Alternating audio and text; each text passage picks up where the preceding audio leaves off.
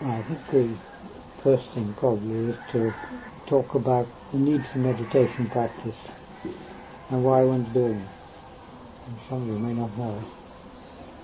We start off with the fundamental basis of Buddhism, which is that we all have dukkha, discontent, and we're trying to cure it.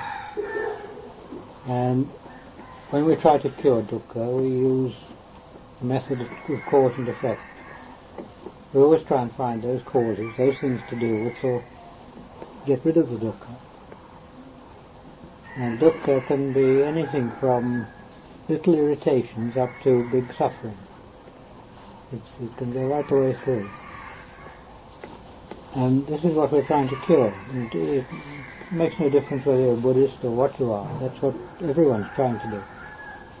This is what drives them on to do it. And they try and cure it by the method of cause and effect. They try and find those things, those causes, which will lead to the relief of their suffering and their discontent. If they're wise and they understand, then they might do the right things, and they do, in fact, manage to get the relief of their discontent. But because they've got kilesas, the tendency is to do the wrong thing all the time. And people do the wrong thing, and they get more and more suffering. Because they don't understand what the right way of getting rid of discontent or dukkha is. They don't understand that. Because they don't understand it, they go and do the wrong things. This is the situation we're in. And because of that, we have to try and turn our lack of understanding into correct understanding. Our lack of knowing the right way into the right way. And if we can do that, then we truly will get rid of the discontent. And so the whole thing is the search for the right way to act, the right way to do things, the right way to behave. And this is really the whole of Buddhism, to do this, to learn how to act properly, how to think properly, how to speak properly. And if we can do that, then we cure the discontent. We can do it. And the way of doing this is we have to train ourselves. We have to train ourselves to have a sharp mind, to understand the reasons of things in our lives. In fact, to get to know oneself properly. And by getting to know oneself, to know other people. And by knowing other people, we know how to behave rightly towards them. And we know how to behave rightly in ourselves. So this is the thing we have to try and do. And the method of doing it is by the method taught by the Buddha, which is the way of sila, morality, samadhi, training of mind we can call it, and pañña, wisdom. If we practice those and learn how to do those, then we can overcome these kilesas that we've got within us. And if we overcome the kilesas, the discontent, the suffering, the dukkha that we have will die away and become less. And this is practically possible. One can do it. Many people have. Many people have done the practice and found very good results from it. And they find a lot of contentment coming and happiness. So the way is the way of the sila, the morality, the samadhi, the mind control, and wisdom. The sila, the morality, in Buddhism always concerns just body and speech, action of the body and speech. That is morality in Buddhism. It doesn't concern the mind itself, because the mind's too subtle and it can jump about, one can't catch it easily. The training of mind is also very important, however, because if one thinks wrongly, the tendency is to forget, and that thinking goes out into speech and action. So one very easily does wrong things. But it's the speech and action which are the wrong moral behavior. Morality in Buddhism is necessary to put ourselves correct with the world. In other words, if we have a moral basis, then we feel no sort of pull to the world. We haven't got sort of guilt inside ourselves and feelings of discontent where the world is concerned, where we can't settle down. If we have good morality, we can settle and do the meditation practice and forget the world. Because when we do meditation practice, the less our minds tend to go out into the world, the more we can do the meditation practice properly. So it's necessary to understand this method or this way of going about things, to understand why it's necessary to do these things, why it's necessary to have meditation practice. If we understand, then that gives us confidence in the practice. And also, it gives a method whereby, if we're doing the practice, we can work out to some extent what we should do and what we shouldn't do. Because we know what we're trying to get at. We know what we're aiming for. And if we know that, then we can think out what is the best method of getting there, and what should we do and what shouldn't we do. When it comes down to the actual meditation practice, the morality, I think most of us know about that. The main thing we have to do is to really properly practice it. That's the main thing. But one must understand with morality, it doesn't just mean the 5 sila. It means also general right behavior. It means good manners. It means being careful in doing things. It means doing things in a seemly, proper way. All of this comes under sila, morality. The main sort of pillars of sila, the main things that matter, of course, are the 5 sila. Those are the important ones. But there's plenty more than that. And one can see in the behavior of people, some people behave in a very coarse way, and it shows up. And if a person behaves in a coarse way, we call them a coarse person. Whereas somebody who behaves in a refined way, we call a refined person. And these two people tend to think in different ways, because the actions come out from their minds. They flow out. And if what flows out is good, the mind will be good. So one should notice one's ordinary behavior as well as the strictly 5 sila. When it comes to the meditation practice, the main thing there is to try and hold the mind, the monkey mind, the mind which jumps about all over the place. In most people, the mind's pretty well uncontrolled. It jumps about just where it chooses. I mean, without even trying, the mind sort of flies all over the world and then comes back. You try to do meditation practice, and you do the meditation practice on the breathing or Buddha for 10 seconds, and then you can go away for 20 minutes, touring the world. This is well known in people who practice. And it's the thing that one's got to try and stop, to try and bring under control. Because the mind, when it's out of control like that, can think about all sorts of things, and it's under the kilesas. And the things it thinks about they're either neutral and they won't help you, or they're actually harmful. Because the kilesas make them so. The kilesas are the things which cause the trouble all the time. Without the kilesas, practice is easy. Anyone could do.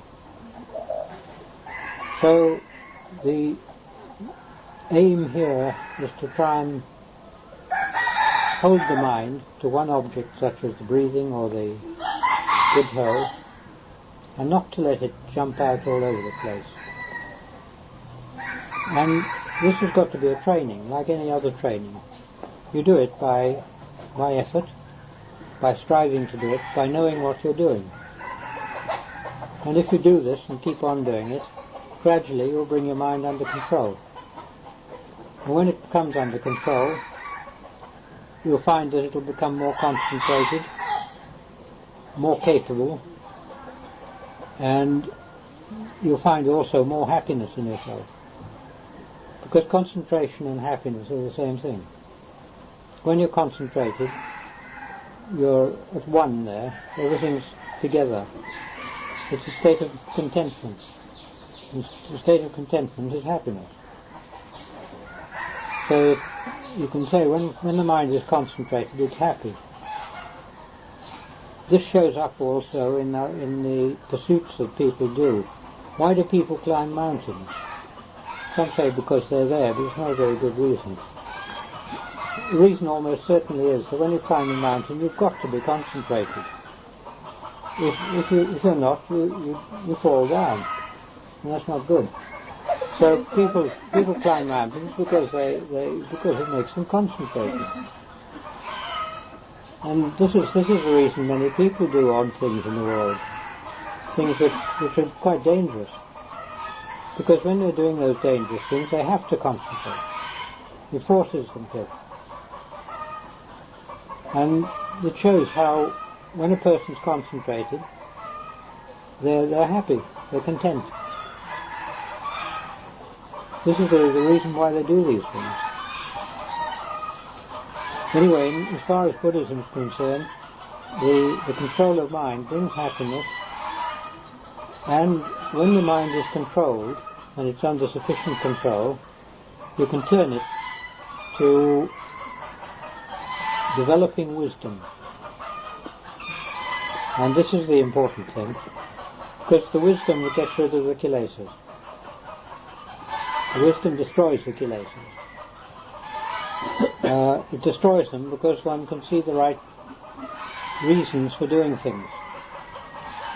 In other words, the ignorance that we've had in the past, where we don't know whether we're doing the right thing or the wrong thing, that tends to go away. Once one gets the wisdom, one can see what's right and what's wrong. One can see the ways of cause and effect. And when one can see the ways of cause and effect, one sees how the wrong causes that we've been doing, the bad things we've been doing, tend to harm only ourselves. They bring harm to us, and they bring us nothing but suffering.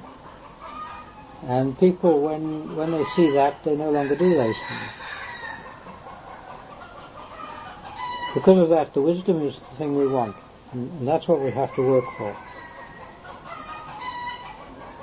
A person who's developed samadhi, control of mind, concentration, sometimes will think that when they develop that samadhi, that wisdom will come. But it doesn't. The only chance of it coming if a person develops samadhi is if they have naturally had quite a lot of wisdom in them anyway. But it doesn't come. When one practices for samadhi, one gets samadhi. But for wisdom, one's also got to practice for that. The only thing is that the samadhi practice sets the mind right, puts it in the right attitude, with the right mood, to develop wisdom.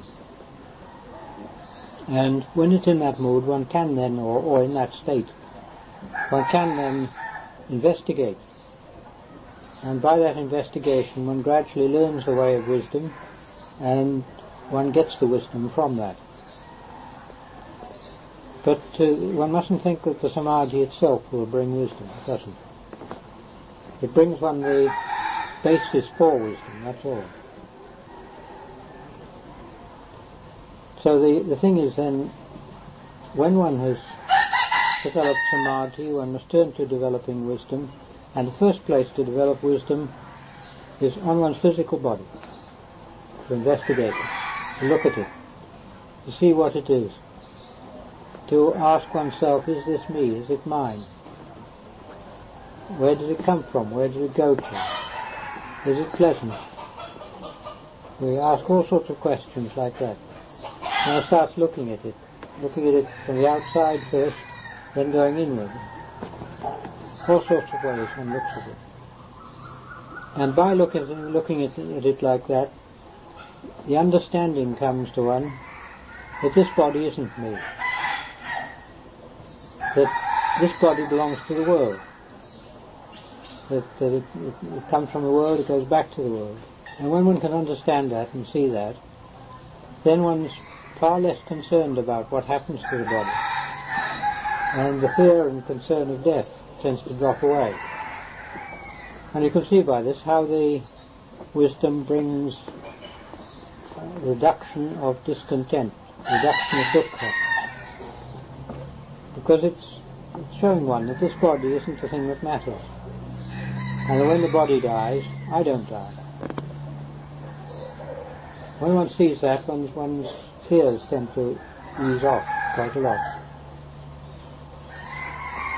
From contemplating the body, one can go quite a long way in Dhamma.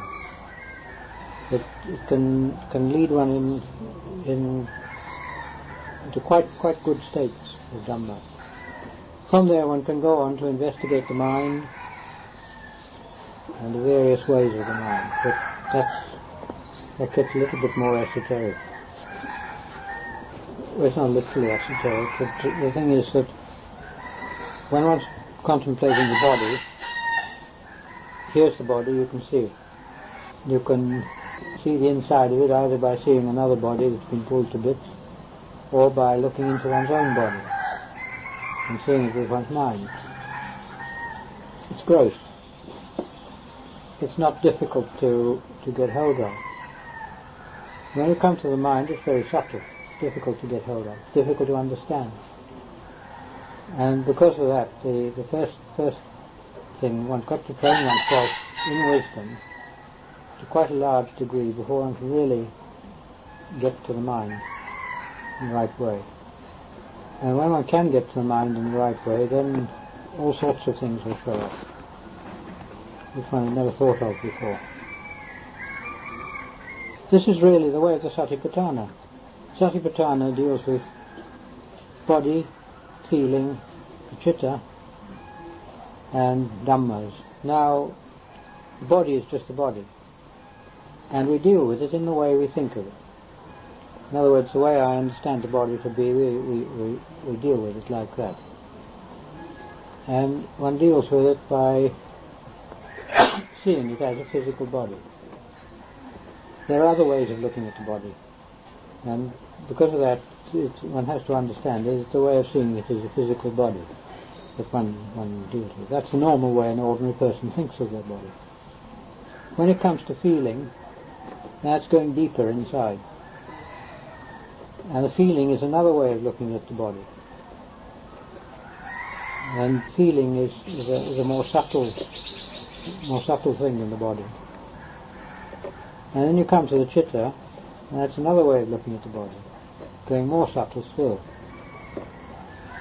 And when you come to Dhammas, that's dealing with the principles. Principle of the body, the principle of mind. And that becomes the most subtle aspect of it. So these lead one more and more into inward and more subtle. But one has to start off with the gross side of it first. And when one's got some understanding there, then it'll probably automatically start going into the more subtle stuff.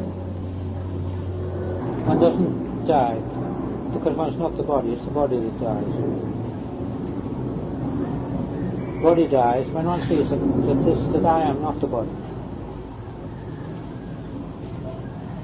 Whatever I am, it's not the body. When one can see that by knowing the body, in other words, as it's been said before, when one has got to find out what I am not, to find out what I am. If you know what you're not, you'll know what you are.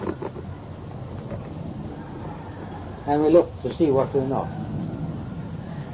And one of the things we're not is the body. We're not the world, That's outside. We're not the body either. Because this body belongs to the world. It came from the world. It depends on the world. It goes back to the world. We just use it. We've grabbed hold of it. Grasped it. When we've grasped hold of it, we have to put up with the troubles that the body brings us. But it's also useful. I mean, it's useful because with the body we've got, let's call it a mechanism, which can allow us to think, to understand things, to have good memory and so on. And with this we can pursue the way of Dhamma. Without the body it's very difficult. Only one or two states where it can be done without the body. So the body is necessary and it's valuable. But one has to come to see also that this body is not the nice pleasant thing most people think of it. It's a burdensome, heavy thing. You have to carry it about all over the place, and that's tiresome. If you use it for any length of time, you get exhausted and tired. All sorts of work, you see. The body's unpleasant. I mean, in this hot weather, it sweats and one feels uncomfortable. All the time. The body gives us a lot of trouble. And then it gets ill, gets sick. A lot of the time it doesn't feel very well. It gets perhaps a slight headache or a bit of ache or pain here, not feeling completely at ease. And there is tension and so on here and there. When one gets that, it's all dukkha, a lot. The body brings one a lot of dukkha. And if one can come to see, well, this is not me, then one has to realize one's got to have the patience to put up with it. Put up with the body, because one doesn't have to think it's me. If one thinks that I am the body, then what happens to the body happens to me. And one's identified with the body. When one identifies with the body, then one's very concerned if anything happens to it. And one's afraid all the time. One's afraid, oh, my heart's going to stop, or I'm going to get a stroke, or all sorts of things like that. And when it's like that, one's afraid. And fear is also a form of dukkha, coming from the kilesas. So that by this practice, one comes to see that I am not the body. It's a realization one has to come to. It's not just a thinking. Thinking about it is no use. It doesn't do anything. It can help only in so far as it sets up the reasoning. But the actual realization has got to come through the practice. And it comes of itself. Usually what happens, I think with most people it happens this way, that they do contemplation of the body, and then perhaps at some other time they suddenly see the body and like they've never seen it before. They see it as just being something walking about on this earth. Or they see it as being like a tree stump. Just something neutral like that.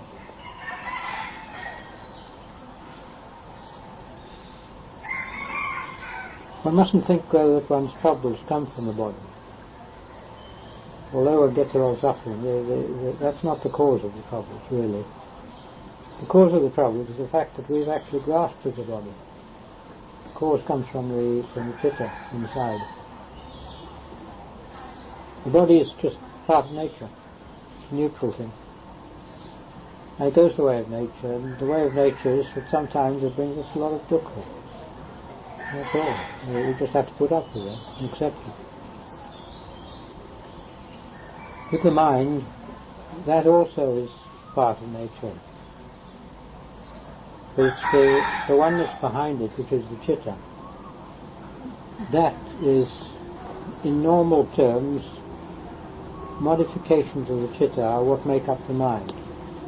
In other words, the Chitta is what comes out in the mode of feeling, memory, thought, and consciousness. These are four modes of the Chitta. But these modes of the Chitta are impermanent. They arise and they cease, they arise and cease.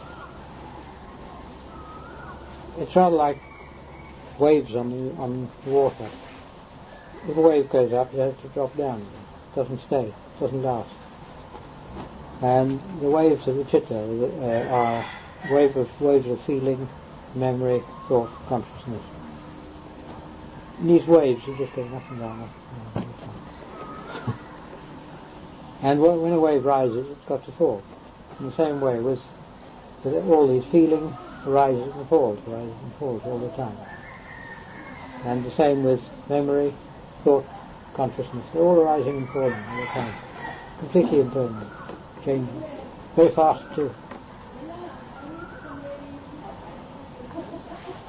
But the one underneath it, Chitta, it's not anything you can point to. Mainly because the one who points is the Chitta. And the Chitta is the one that knows. It's the one that knows. When you experience anything, it knows.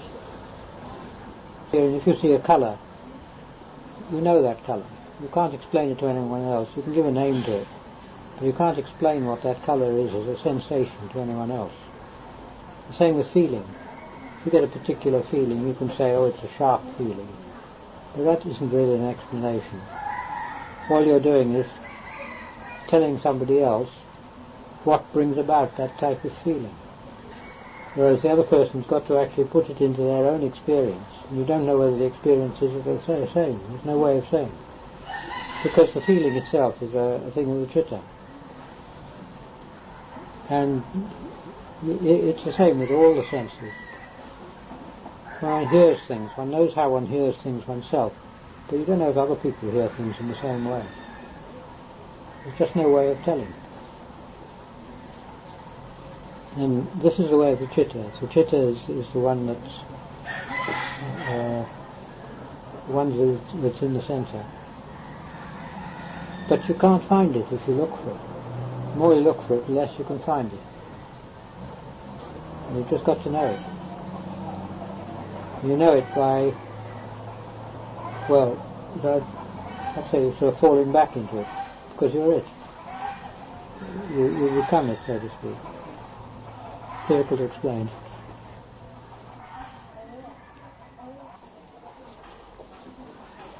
If you see a child, and you see the behaviour of that child, and if you look, you can know what's going on there, and you can see what's behind that child, what it's doing from it. You can see the sort of motives behind it, and you can practically see the Chitta acting there.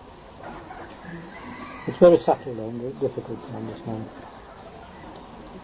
Another way of understanding the Chitta is by time. 3 times, past, present, future. And mostly we live in the past, because we see something, and by the time the mind has done the process, it's already in the past. So we're always in the past. We're always dealing with something that's more or less illusory.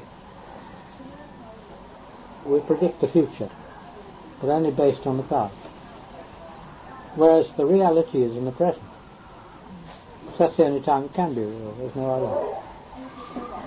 Now, if you can get to that reality, you'll get to the Chitta. But the trouble is, when you try to, it's very difficult, because you're always dealing with something. You're dealing with some object, some sensation, something or other. When you're dealing with something or other like that, as soon as you deal with it, it's already past. And to get to the present is very difficult. Everybody thinks it's very strange about the Chitta and the pure Chitta. The pure Chitta is the Arahant. And they think this is very strange. But it's not. That's the ordinary, that's what's normal. It's all us who are peculiar. We're all the peculiar ones. We're very strange. I mean, you look at people, how they behave, how they do things, the things they do even what they are. It's very strange, the whole lot. We only think it's not strange because we're used to it. I was given a paper today and I saw that there's a letter from somebody who says, why do we always hear about bad monks now? The papers.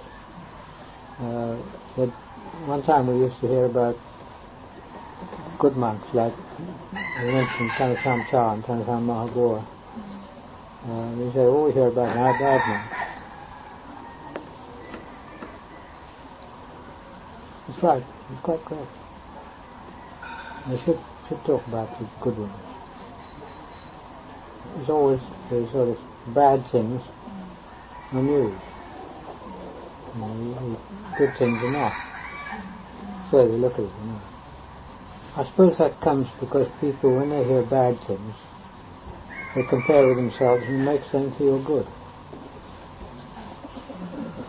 Something of that sort. As if they hear about good people, they think that it makes them feel bad. It's a comparison. If you think about Tanachan and where he is, someone feels inadequate. Or it's a very old principle, not only in Buddhism, but in other religions. It says, don't think of evil, don't dwell on evil. And that's bad. Keep your mind on what's good. If you dwell on evil, it comes to you. This is the old principle. It's where so many of the things, like rehashing the sort of bad things that have happened in the past, are often so wrong too. All the wrong way of doing it. It tends to promote that sort of thing in the present too. Because people whose minds are of that type, they tend to copy. And that's just not good. Really speaking, people should try and review their own minds quite frequently. Just any time think, what have I been thinking about the last 10 minutes, the last half hour? And look at it and see, is it good or not?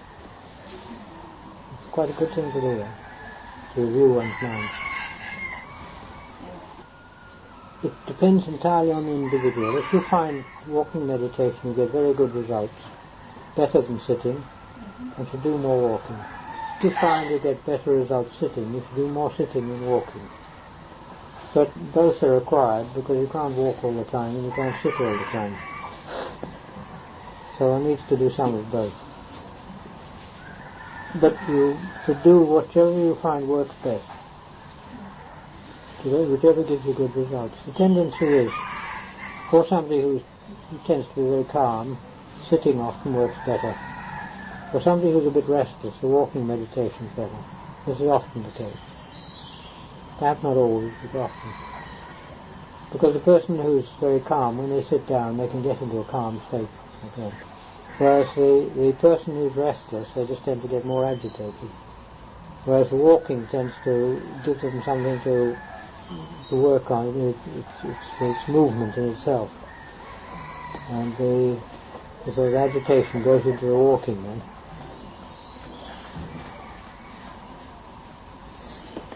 But it depends on what one finds work best. And in doing the walking practice, there are several ways of doing it. One way is you can keep up your regular sitting practice. Like if you're doing the Buddho practice, one can keep on doing the Buddho practice when one's walking. Or the breathing practice, sometimes one can do that. Although that's a bit more difficult in the Buddho in that case. Or one can do a completely different practice. One can examine the body while walking, and then sitting down one can do samadhi. There's many different ways there one can use. One can find out for oneself what's the best thing to do. It's the way of Kamatana. Kamatana, by the way, literally means Kamma, action. Tana is the basis for it, or a field of action. When we say field of action, the field of action is what we do in the whole of the field of meditation practice and training generally. And in Kammatthana, the way is to be innovative. One's got to think for oneself quite a lot. One's got to find one's own methods. When one does the practice and one comes up against a problem, one should think out how to overcome that problem. And often people who practice Kammatthana, they have their own methods of doing things. They're quite different from what other people do. They're sort of, you have to learn tricks here and tricks there, which help one to do the practice and to overcome one's problem. And one can work it out for oneself. To begin with, one has to start off by using the regular method, because one doesn't know. But once one's got used to the regular methods, then one can start searching about a bit more and find some special methods maybe for oneself, and find out what works for. You have to always test by results. What are the results? Do the results lead to more calm, more understanding, or do they lead to less calm, less understanding? If they lead to more calm, then they're probably good. More calm, more understanding. They're probably good methods. In this one must understand that the way of Buddhism is not a hard and fast system at all. We've got the recommendations of the Buddha, and they're probably the best because he took the nature of human beings into account. But the thing is, they're not hard and fast. The whole of Buddhism is a method. And if one needs, one can adapt that method a little bit this way or that way to one's own needs. It doesn't have to be exact according to what the books say. And being a method, it's not itself the absolute truth. It has it's truth in as far as the world goes. The absolute truth is something utterly beyond. You can't talk about absolute truth. And the way of Buddhism, in fact, the way of Buddhism is leading to absolute truth. Because the only way to get there is to adapt one's state to that. If one adapts one's state to that of absolute truth, then one can see absolute truth. And the training of Buddhism is in fact to get to that point. The absolute truth is Nibbana, of course. And one's got to adapt oneself to that condition. And if one can adapt oneself to that condition, then it can arrive. Otherwise it can't. And the whole training is leading to that point. And when we do the training, we start off from where we are. Nowhere else we start from. And we start off as ordinary people with ordinary understanding. And we have to work with that ordinary understanding to begin with. As we go on, the ordinary understanding, you see, isn't good enough. And we have to find new methods, new understanding, more subtle ways of looking at things. It isn't that the ordinary understanding is wrong so much as it's inadequate. It doesn't explain properly. Many things in the ordinary understanding which can't explain all sorts of anomalies, things which don't fit. And because of that, one needs a new way of understanding, and then one gets a new way, and then one finds that that's not enough, so one has a new way of understanding, and you keep going on, changing, gradually going to it. It's like, to give a simple example, normally we think of the body as being physical. Then I ask myself, all right, well, how do I know the body? What tells me? And what tells me I've got a body? How do I know? One realizes the most important thing to tell one one's got a body is feeling. That's over 90% of it. So really the thing is, when I think of the body, I think of feeling. Immediately we've gone beyond the basis of physical body there in one's understanding.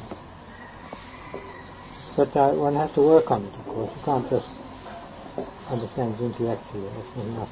You have to work on it. Realize that in fact you know the body by feeling it. Some Shamans said many times how he's taken the simile of the cave and the tiger. We talked about it last time. How a person's like a man living in a cave, and in that cave there's a tiger. And when the tiger's growling, he thinks it's just lullabies.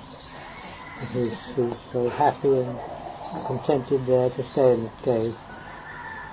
Then he one day wakes up a bit. He realizes it's a tiger, and he runs out of that cave as fast as he can. We're like that. We're in the sort of cave of the body, you can say, or the cave of the world, if you like. And it all seems very pleasant, and we see the pleasant side of it. We don't see the dukkha, because the kilesas making the mind tend not to see dukkha. The past always looks more pleasant than it actually was.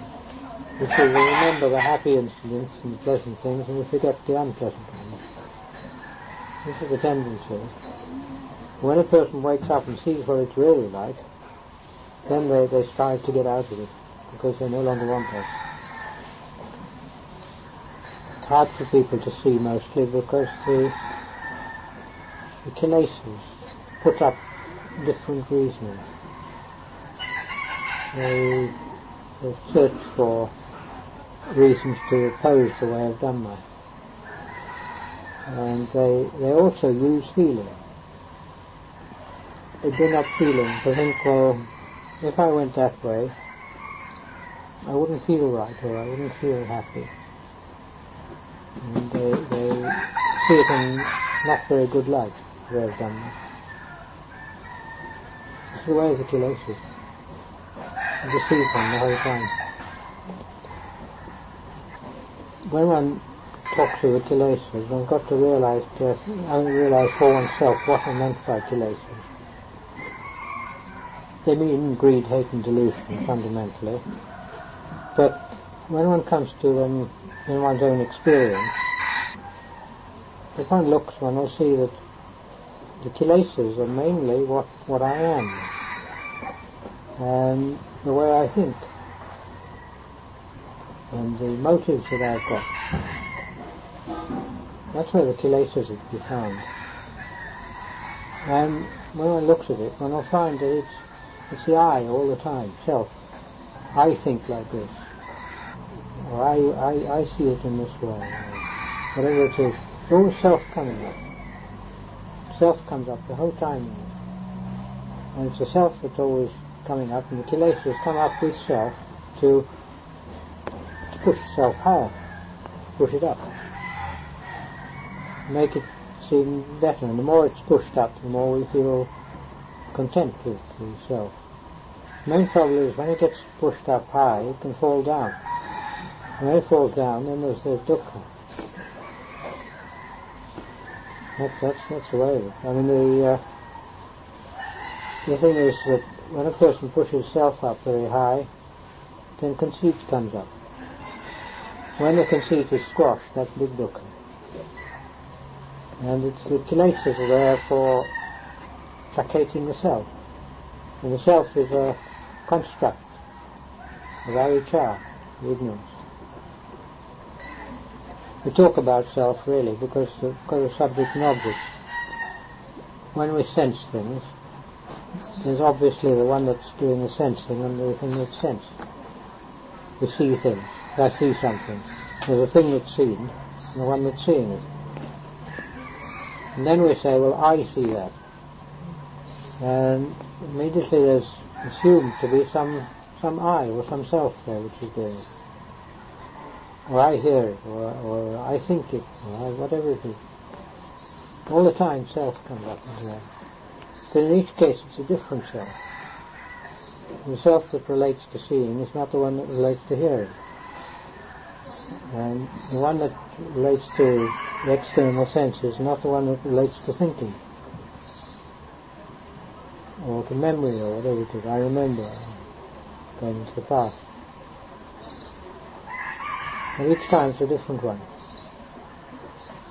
in the end, if one goes away, one has to give up all attachment to ideas of self. In fact, there's the 3 marks there. Anicca, dukkha, anatta. Anicca, impermanence, change, tendency for nothing to last, instability. Dukkha, which is discontent. Because what's changing all the time, that's not a basis for contentment. Because it's always changing, because there's nothing that lasts. You get something which seems very good, and before long it's gone. So it's not a basis for contentment. And what is changing and discontent like that isn't self. There's no self in these things. After all, in what's changing, how can there be a self there? Because when it's all changing, self is not one thing for more than 2 moments together. It's changing all the time. And the way of Dhamma is to see this, to realize that this is the case.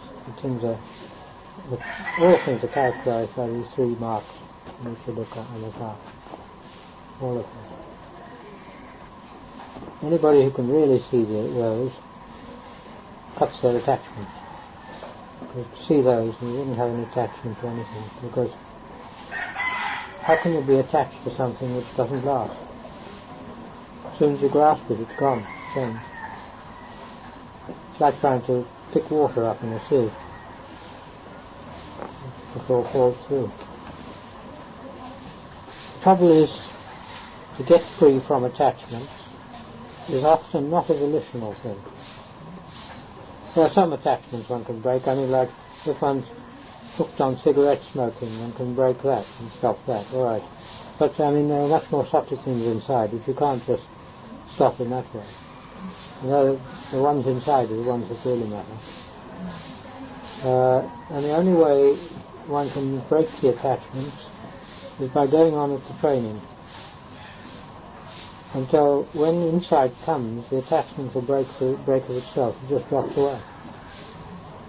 Like a snake. You can't take its skin off. When the kind of time comes, it just sheds it automatically. And the same with the attachment. One can't just get rid of it like that. But when the time comes that one has understanding, then they just drop away of themselves.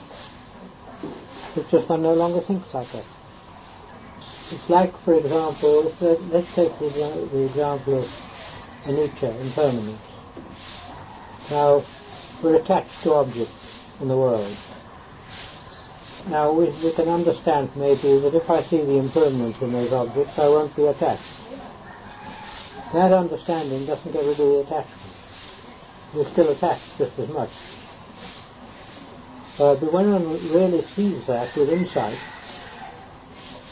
when it goes deeply inside to the Chitta, and the Chitta sees that, then it's as though the attachment to them just disappears of itself. Because the conditions change.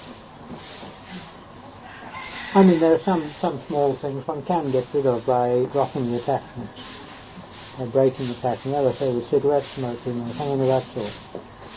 But they're minor things, and the real attachments, one can't get rid of them in that way. The really important ones. They don't give way easily like that.